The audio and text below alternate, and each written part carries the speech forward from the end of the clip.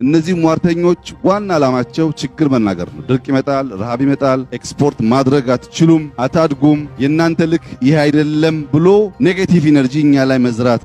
ወትሮም ቢሆን ነገሩ ግራ ነበር። 20 ሚሊዮን ሕዝብ እየተራበ በስንዴ ምርት ራሳችንን ችለናል ሲባል ዜጎች ይልሱት ይቀምሱት ቸግሯቸው ረሃብ ስንት ቀንም ይፈጃል እያሉ የሚያልቁ ሰዎች ባሉበት አገር ስንዴ ኤክስፖርት አድርገናልም ሲባል ወደ ደግሞ የኢትዮጵያን ስንዴ ገዝቻለሁ ብሎ የሚናገር አንድ አገር ሲጠፋ ሲታሰስ ቢውል የትኛውም አገር ከኢትዮጵያ ስንዴ ስለ መግዛቱ የሚያሳይ አንድ መስመር ማስረጃ ሲቸግር የዚህ ስንዴ ነገር ልክ እንደ ማንኛውም የብልጽግና ሹማምንት ውሸት ተደርጎ መታሰቡ የሚጠበቅ ነበር። ዘኢኮኖሚስት የብልጽግናን ውሸት በሳተላይት ማስረጃዎች ከማጋለጡ በፊት ይህንን ነገር አንቀበልም ብለው የተለመደው የአገዛዙ ቅጥፈት ያደረጉ ሰዎች መበረከታቸውም ለዚህ ነበር። ጥይት ኤክስፖርት ላደርግ ነው፣ ነዳጅም ወደ ውጭ ልልክ ነው ብሎ የዋሸ መንግስት ስንዴ ለዓለም ገበያ ሸጡ ሲል የሚታመንበት ማጂክ ሊኖር አይችልም። ብልጽግና ይዋሻል፣ በተለይ ጠቅላይ ሚኒስትሩ እጅግም ይቀጥፋሉ። ለዚህ ማስረጃ ዘኢኮኖሚስትን ያንብቡ ተብሎ የተጋበዘ ሰው ባሳለፍነው ሳምንት አብይ ያመጣሁት የሚሉትን የግብርና ውጤት እውነት ቢሆን ጥሩ ነበር፣ አብይ አህመድስ አግሪካልቸራል ሪቮሉሽን ኢዝ ቱ ጉድ ቱ ቢ ትሩ በሚል ርዕስ የጠቅላይ ሚኒስትር አብይ ፈጠራዎች በትላልቅ ተቋማት ውሸት ናቸው ሲባሉ ያገኛል።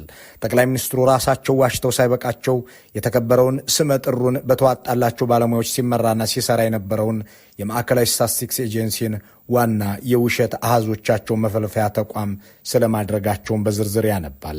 እዚያ ጋር ወንድማቸው የመከላከያ ጄኔራል የሆነ እሳቸው የኦሮሚያ ወጣቶችን እየወሰዱ ሲያግሩ ከነበሩ ሹማምንት አንዱ የሆኑ ሰው አሉ።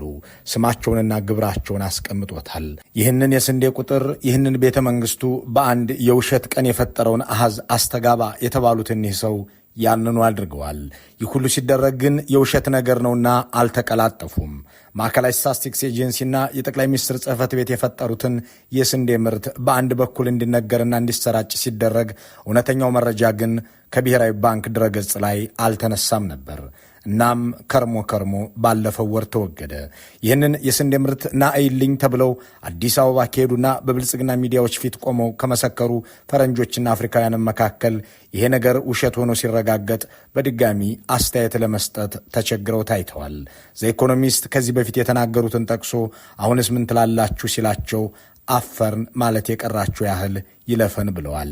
ይህ ዘኢኮኖሚስት ለዓለም ያስነበበው የጠቅላይ ሚኒስትር አብይ ቅጥፈት ውሸታቸው ዓለም አቀፋዊ እንደሆነ አድማስ ዘለልና ባህር ተሻጋሪም እንደተደረገ የሚያሳይ በተለይም ከአገዛዙ ጋር ለሚሰሩ መንግስታትና ዓለም አቀፍ ተቋማት ጥሩ ማስረጃም የሆነ ነው። በዚህ ዝግጅት ይህ መጽሔት ያስነበበውንና ያጋለጠውን ሐሰት በዝርዝር ወደ እናንተ እናደርሰዋለን። ጽሑፉን ግን ብቻ አይደለም። የብልጽግና መንግስት ስንዴ ኤክስፖርት አደረገው የሚለው ሶማሌ ክልልና ትግራይ የሸጠውን እንደሆነ እንነግራችኋለን። ሶማሌና ትግራይ ክልሎች ደግሞ የኢትዮጵያ ክልሎች እንጂ የውጭ አገር ናቸው እንዴ የሚለውን ጥያቄ እያሰባችሁ ስትከተሉን አስገራሚ ምላሽ ታገኛላችሁ። እንደገና ደግሞ ከአንድ ዓመት ከመንፈቅ በፊት ወደ እናንተ ያደረስነውን አንድ ዘገባ እንድናስታወሳችሁ የሚያደርገን ምክንያት በመጽሔቱ ሀተታ ላይ እናገኛለን። ጄኔራሉ የህዝብ ቁጥር ለመቀነስ በግድያ ላይ ወንድማቸው የመንግስትን የፈጠራ አሃዝ ለማብዛት በኤጀንሲው ላይ የመሰማራታቸውን ግጥምጥሞሽም እናደርሳችኋለን። ከዚህ በእንግሊዝኛ ከተነበበ ዓለም ሆይ ከአዲስ አበባ የተነገረህን ቅጥፈት ስማ ተብሎ በፈረንጅ አፍ ከተጻፈ የምርመራ ሪፖርት ጋር አብረን እንቆይ። እነዚህ ሟርተኞች ዋና ዓላማቸው ችግር መናገር ነው። ድርቅ ይመጣል፣ ረሃብ ይመጣል፣ ኤክስፖርት ማድረግ አትችሉም። በምግብ ራስን ለመቻል የምናደርገው ጥረት የተሳካ ስራ ነው። ብዙም አናስጨኸው። ያን የማይፈልጉ ኃይሎች በተለያየ መንገድ እንዳይቆነጥጡን ፈርተን ካሁን በቀር በምግብ ራስን መቻል ኢትዮጵያ ውስጥ አሳክተናል። ኢትዮጵያ ስንዴ አምርታ ራሷን በመቻሏ የሚከፋው አገር ማን ነው? ለምንስ ይከፋዋል? ቻይና አምርታ ራሷን በመቻሏ፣ ዩክሬን በስንዴ ምርት በመታወቋ፣ ካናዳ በዓመት 25 ሚሊዮን ሜትሪክ ቶን ስንዴ በማምረት የሚቀየማት ማን ነው የሚል ጥያቄ የሌለባቸው ጠቅላይ ሚኒስትሩ በተለይ ስለ ስንዴ የፈጠሩት ውሸት በዘኢኮኖሚስት ላይ ሲነበብ እንዲህ ይላል። የአፍሪካ የዳቦ ቅርጫት ኢትዮጵያ ትሆናለች። ይህንን ያሉት ጠቅላይ ሚኒስትር አብይ ናቸው። የኢትዮጵያው ጠቅላይ ሚኒስትር መንግስት የሚያካሄደው የግብርና ምርት እንቅስቃሴ በአንድ ወቅት የሚያስፈልጋትን የስንዴ ግብዓት 1/4ኛውን ከውጭ ታስገባ የነበረችው አገር ራሷን መቻሏን፣ ይህም ሳይበቃት ለውጭ ገበያ ማቅረቧን፣ በተለይም እስከ 2023 ድረስ የነበረው ዘመን ይህ የስንዴ ነገር በኢትዮጵያ ምድር መትረፍረፉን ይናገራሉ። እነዚህ የአብይ ቁጥሮች እውነት ቢሆኑ ኖሮ እሳቸውን የአፍሪካ የግብርና ሪፎርም ሞዴል ያደርጋቸው ነበር። እንዲያም ሆኖ የንግድ መረጃዎች፣ የገለልተኛ ተቋማት ማስረጃዎችና ሌሎች ሰነዶች እነዚህ የአብይ አህመድ የስንዴ ቁጥሮች መሬት ላይ የሌሉ ህልሞች ናቸው ይላሉ። የስንዴ ምርትን በተመለከተ ትንሽ ለውጥ እንዳለ የሚያሳዩ ነገሮች ቢኖሩም አብይ እንዳስጮሁት ግን አይደለም። ይህ እውነት ቢሆን ኖሮ 129 ሚሊዮን የሚደርስ ህዝብ ላላት ኢትዮጵያ መልካም ዜና ነበር። ከዚህም አልፎ ጠቅላይ ሚኒስትሩ በትላልቅ የዓለም መድረኮች የሚወደሱበትና ለዓለም ምሳሌ የሆነ ውጤታማ ሪፎርም ያካሄዱ ተብለው የሚነሱበት ነበር እያለ የሚቀጥለውን ይህንን ዘገባ መመልከታችንን ገታ አድርገን ስለዚህ ስለ ዓለም አቀፍ ምስክርነት አንድ ነገር አንስተን እንለፍ። የኢትዮጵያ ህዝብ አደነቀኝ አላደነቀኝ ምን ጥቅም አለው? ኢትዮጵያዊ እንደሆነ ከኔ ይልቅ ፈረንጅ ነው የሚያደንቀው። ከኮሪደር ልማት ይልቅ ዱባይ ነው የሚዝናናው። ቄሱም ሼኩም ምስጋና ትቶ ማልቀስ ብቻ ስራው ባደረገ አገር አልመሰገንም እያሉ የሚናገሩት ጠቅላይ ሚኒስትሩ ይህንን ስለ ስንዴ የፈጠሩትን ውሸት የሚጋራቸው የውጭ አገር ሰው ሲያጡ ራሳቸው ሲናገሩት ተሰምተዋል። ይህንንም ሲያጨበጭቡላቸው እሳቸው አመሰግናለሁ ይላሉ። Ethiopia is the largest wheat producer in Africa.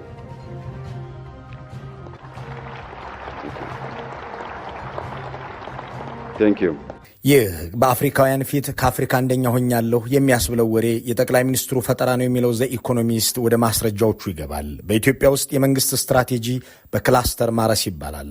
አርሶ አደሮች ትናንሽ መሬቶቻቸውን ገጣጥመው የምርት መሳሪያዎችን ከቀረጥ ነጻ በሆነ መንገድ አስገብተው በጋራ እንዲያርሱ ይደረግ ይባላል።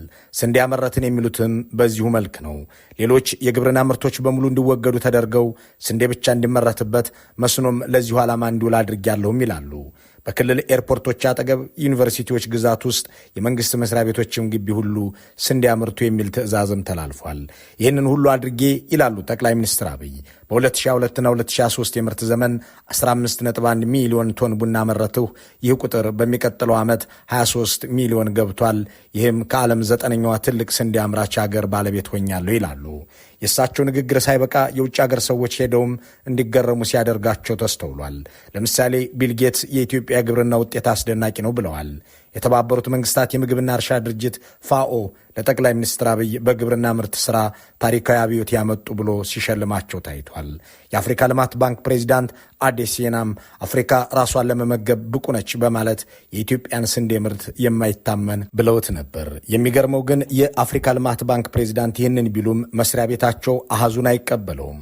ባንኩ በራሱ መረጃ መተንተኛና መሰብሰቢያ ላይ ተመስርቶ በአገሪቱም ውስጥ ከሚያደርገው እንቅስቃሴ ተነስቶ የኢትዮጵያ ስንዴ ምርት ጠቅላይ ሚኒስትሩ እንዳሉት 23 ሚሊዮን ቶን ሳይሆን ወደ 7.5 ሚሊዮን ቶን ገደማ ነው ብሏል። ይህ በ2023/24 የምርት ዘመን ነው። ባንኩ የሚለው ይህንኑ ነው እያለ የሚቀጥለው ጽሑፉ የሚያስታውሰው የአፍሪካ ልማት ባንክ ፕሬዚዳንት ንግግር ለብልጽግና ሚዲያዎች የተናገሩትንም ነው። የባንኩ ፕሬዚዳንት ያጎላመሱትን የአብይን ውሸት ምክትላቸውና የምስራቅ አፍሪካ የባንኩ ዳይሬክተር አብዱል ካማራም ኢትዮጵያ ውስጥ ሄደው በአንድ ማሳ ላይ ቆመው ሲደግሙት ታይተው ነበር። Ethiopia's effort in the agricultural sector is really amazing, and in fact I can say it's inspirational, the achievements that Ethiopia has recorded in the past 5 years, especially in the wheat sector. በነገራችን ላይ አብዱል ካማራ ማለት ከአንድ ዓመት ከመንፈቅ በፊት በባለሥልጣናት ትዕዛዝ በመንግሥት ወታደሮች ተደብድበውና ታስረው በኋላም እዚህ ሀገር አልሰራም ብለው የለቀቁት የአፍሪካ ልማት ባንክ ኃላፊ ናቸው። በወቅቱ ኢትዮጵያ ለባንኩ የምትከፍለውን ዓመታዊ መዋጮ $5.2 ሚሊዮን ከፍለንሃል ብለህ እመን ተብለው የተደበደቡትና የታሰሩት ካማራ ከኢትዮጵያ ሲወጡ የአፍሪካ ልማት ባንክ በኢትዮጵያ የነበረውን ቢሮ ዘግቶ የቁጣ መግለጫ አውጥቶ እንደነበር አይዘነጋም። ከዚያ በኋላም መንግስት ካማራን ይቅርታ ጠይቆ ጠቅላይ ሚኒስትር አብይም ሊያታልሉም ሲፈልጉ የልባቸው ሲደርስም ማባበል ሲያምራቸውም ለሰዎች እያነሱ የሚሰጡትን የወርቅ ሀብል ሰጥተዋቸው እንደገና ወደ ኢትዮጵያ የተመለሱም ናቸው ካማራ። አሁን ደግሞ እሳቸውና አለቃቸው የብልጽግናው አገዛዝ አመረትሁ ስለሚለው ስንዴ የሐሰት ምስክርነት መስጠታቸውን ከዚህ ኢኮኖሚስት ላይ መረዳት ይቻላል። አስገራሚው ነገር ባንኩ ይህንን ጉዳይ በተመለከተ ያለው መረጃ ጠቅላይ ሚኒስትሩ ከገለጹት ከ3 እጥፍ በታች ያነሰ መሆኑ ነው። ከባንኩ በተጨማሪ ኢትዮጵያ ድረስ ሄደው ስለ ኢትዮጵያ ስንዴና ግብርና የተናገሩት ቢል ጌትስ ስለ ጉዳዩ ሐሰተኛነት ተነግሯቸው ማብራሪያ እንዲሰጡ ሲጠየቁ ምላሽ አለመስጠታቸውን መጽሔቱ ይገልጽና እንዲህ ይቀጥላል። ከቢልጌትስና ከአፍሪካ ልማት ባንክ ፕሬዚዳንት ውጭ የአብይን ቁጥሮች የትኛውም የውጭ ተቋም ሲጠቅሳቸውም ሲያሳምናቸውም ሲያምናቸውም ሆነ ሲደግፋቸው አይስተዋልም። የአሜሪካ የግብርና ሚኒስቴር ስለዚህኛው ኢትዮጵያ ስንዴ በሳተላይት ምስሎች መረጃዎችን ሰብስቦ ትንታኔ ሰርቷል። በ2022/23 የምርት ዘመን ኢትዮጵያ ያመረተችው ቢበዛ 5.8 ሚሊዮን ቶን ነው ይላል። አብይ ግን በዚህ ዘመን ውስጥ አመረትሁ የሚሉት 15.1 ሚሊዮን ነው። በነገራችን ላይ ይህንን የአሜሪካን ግብርና ሚኒስቴርን መረጃ ለአብይ ሽልማት የሰጠው ፋኦም ይጋረዋል። ታዲያ ይህንን ሽልማት ለመስጠት ያስቻለህን መረጃ ከየት አገኘኸው ሲባል ደግሞ ከማዕከላዊ ስታትስቲክስ ኤጀንሲ ነው ብሎ መልሷል ይልና በከርሻሌ ስለተሰኙት አንድ ካድሬ የሚያነሳውን ይቀጥላል። በነገራችን ላይ ጠቅላይ ሚኒስትር አብይ ኤክስፖርት አድርጌያለሁ ወይም ለውጭ ገበያ እያቀረበሁ ነው የሚሉት ስንዴን ጥይትንና መሰል ነገሮችን ብቻ አይደለም። ጥይት ሸጬ 30 ሚሊዮን ዶላር አገኘው ባሉበት አንደበታቸው ለ30 ሀገራት መድኃኒት ኤክስፖርት እናደርጋለን ብለውም ያውቃሉ። ብዙ ሰው ኢትዮጵያ አምርታ ከ30 በላይ ሀገራት መድኃኒት ኤክስፖርት ታደርጋለች ቢባል ማንም ሰው አያምንም። የሚያምነው መጥቶ ካየ በኋላ የሚደነግጡ አሉ። አሁን ስናገር ራሱ ብዙ ሰው ያምነኝም የሚለው ንግግር የሚታመን ነገር ባለመናገር የሚመጣ የተደጋጋሚ ውሸት ውጤት ነው። ጥይት ሸጥኩላቸው 30 ሚሊዮን ዶላርም ሰጡኝ የተባሉት ሀገራት እንዳልተጠቀሱት ሁሉ መድኃኒት ሸማች የሆኑት 30 ሀገራትም አልተዘረዘሩም። ስንዴ ኤክስፖርት አደረግን ቢባልም የገዛው ሀገር አለሁ አላለም። ሻጮችም ደፍረው ሀገር አልጠሩም። ዘኢኮኖሚስት ግን ይቀጥላል። የኢትዮጵያ የስንዴ ምርት የአሜሪካ ግብርና ሚኒስቴር 5.8 ሚሊዮን ቶን ነው ብሎ የገለጸውን ቁጥር በብዙ የሚበልጥ አሃዝ ማዕከላዊ ስታትስቲክስ ኤጀንሲ አውጥቶ እያሰራጨም እስከ ባለፈው ወር ድረስ በብሔራዊ ባንክ ድረገጽ ላይ የነበረው መረጃ 5.8 ሚሊዮን ቁጥር ነበር። ይህንን አሁን አስወግደውታል። ለምን ብለን የጠየቅናቸው የእቅድ ሚኒስትሯ ፍጹም አሰፋ በስህተት የተለጠፈ ነበር ተነስቷል ብለው መልሰውልናል። አብይ ስለ ስንዴ ምርታቸው የፈጠራ ወሬዎችን ይዘው ብቅ ከማለታቸው በፊት በ2022 አንድ ስራ ሰሩ። እሱም የብልጽግና ካድሬያቸውን በከርሻሌን የማዕከላዊ ስታትስቲክስ ኤጀንሲ ዋና ዳይሬክተር አድርጎ መሾም ነው። ከዚያም ኤጀንሲው የፈጠራ መረጃዎችን እና የተጋነኑ አሃዞችን እንዲያወጣ ሲጠየቅ ፈቃደኛ ያልሆኑ ሰራተኞች ላይ እርምጃ መውሰዱን ከኤጀንሲው ያገኘሁት መረጃ ያመለክታል እያለ የሚቀጥለው ዘኢኮኖሚስት በመስሪያ ቤቱ ውስጥ ፖለቲካዊ ጣልቃ ገብነት የለም ብለው በከርሻሌ መካዳቸውንም ያስታውሳል። እዚህ ጋር ስለ በከር ጥቂት ነገር እናክልና ወደ ዘኢኮኖሚስት መረጃ እንመለስ። በከርሻሌ ሰዎች የሚያስታውሷቸው በዘመነ ኢህአዴግ የገቢዎችና ጉምሩክ ዋና ዳይሬክተርና የኦህዴድ ጽህፈት ቤት ኃላፊ ሆነው ቢሆንም በኦሮሚያ ውስጥ የክልሉ ወጣቶች እየተለቀሙ በሚታጎሩበት ዘመን እሳቸው የጸጥታና ደህንነት ቢሮን በመምራት ግንባር ቀደም ነበሩ። ዛሬ እሳቸው የጠቅላይ ሚኒስትሩን ቁጥሮች ሙያዊ መልክ እንዲኖራቸው በሚተጉበት ወቅት ወንድማቸው መሐመድ ሻሌ ደግሞ በመከላከያ ውስጥ ካሉ ጄኔራሎች አንዱ ሆነው የአብይን የጦርነት ቆሌ ምሱን ለማቅረብ ከሚተጉት ውስጥ አንዱ ሆነው ቀጥለዋል። አገሪቱ ካሏት ጥቂትና በመንግስታት መለዋወጥ ውስጥም ቢሆን ሙያዊ ግዴታቸውን ከሚወጡ ተቋማት የማዕከላዊ ስታትስቲክስ ኤጀንሲ አንዱ ነበር። ይሁን እንጂ በከርሻሌ ባለሙያዎችን ሳይሆን የአብይን ቁጥሮች ሊያትሙ ከመጡ በኋላ ሰራተኞችን በማባረርና የካድሬ አሃዞች እንዲነበቡ በማድረግ እንደ ሌሎቹ የአገሪቱ ተቋማት ሁሉ እንዲንኮታኮት መደረጉ ከተሰማ ቆየት ብሏል። ከአንድ ዓመት ተኩል በፊት ጠቅላይ ሚኒስትር አብይ ፓርላማ ላይ ቀርበው ስለ ኢኮኖሚ የተናገሩትን በእናንተ ሪፖርት ላይ የጠቅላይ ሚኒስትሩን ቁጥሮች አስተጋቡ ተብሎ የተጠየቁት ሰራተኞች ፈቃደኛ ባለመሆናቸው መባረራቸውን መዘገባችን አይዘነጋም። ከዚህ ጥቂት ወራትን ቀደም ብሎ የኤጀንሲው ሰራተኞች የሀገሪቱ ኢኮኖሚ በቀጣዩ 2 ዓመት የገባበት ነው ያሉትን አደጋ የሚያሳይ መረጃ ሊያወጡ ሲሉ በጠቅላይ ሚኒስትር ጽህፈት ቤት ተከልክሎ ነበር። ይህንን ሁሉ ክደው ነው እንግዲህ በከርሻሌ ፖለቲካዊ ጣልቃ ገብነት የለም የሚሉት። አሁን ወደ ዘኢኮኖሚስቱ ዘገባ እንመለስ። ስንዴ ከውጭ ማምጣትን አስቀራለሁ የሚል አንዱ የገባው ቃል እሱ ነው።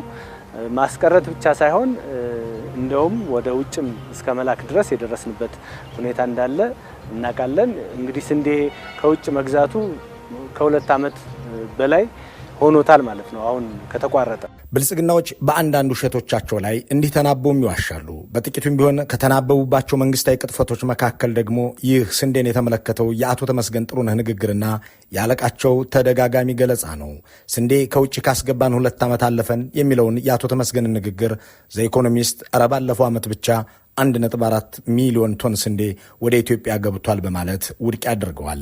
እንዲህ በማለት የአብይ ቢሮ ከውጭ ስንዴ ማስገባት አቆምን እያለ ደጋግሞ መናገር አብዝቷል። እንዳም ሆኖ የግል አስመጮች 400 ሺህ ቶን ስንዴ በ2024 የመጀመሪያው 5 ወራት አስገብተዋል። በ2023 ደግሞ 1.4 ሚሊዮን ቶን ገብቷል። ይህንን የዘ ኢኮኖሚስትን ማስረጃ የሞገተም ሆነ የተከላከለ የብልጽግና ሹም አልታየም። አንድ ስማቸው ያልተጠቀሰ ቃል አቀባይ እኛ የውጭ ሀገር መረጃዎችን እንደ ቁም ነገር አንወስድም ማለታቸው ግን ተጠቅሷል። እንዳም ሆኖ አንድ መሰረታዊ ጥያቄ በድጋሚ እናንሳ። ብልጽግና ስንዴ ለውጭ ገበያ የሚያቀርብ ከሆነ የት ሀገር በምን ያህል ዋጋ መቼ በየትኛው ኤክስፖርተር ሸጠ? ይህንን ጥያቄ ስለ ስንዴ ደጋግመው ያወሩት ጠቅላይ ሚኒስትር አብይ ምላሽ ሰጥተውበት አያውቁም። ይሁን እንጂ ስንዴው የተሸጠው ኢትዮጵያውያንን ለመመገብ መሆኑ የረድኤት ድርጅቶች ያስረዳሉ።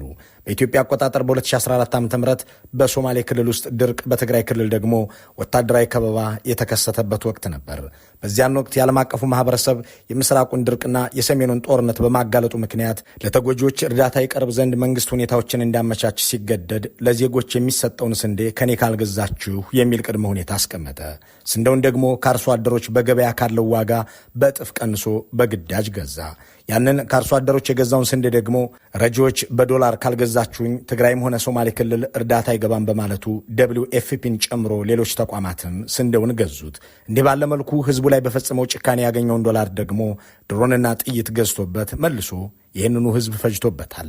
ስንዴ ኤክስፖርት አድርገናል የሚለው ወሬ ከዚህ የላቀ ማስረጃ ቀርቦበትም አያውቅም።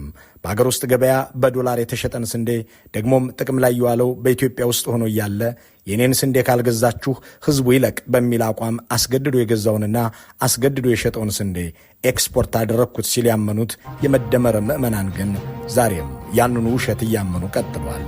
ዘ ኢኮኖሚስት ግን ይላል እውነት ቢሆን ጥሩ ነበር። መልካሙን ሁሉ መመኘት በዚሁ እንሰናበታለን።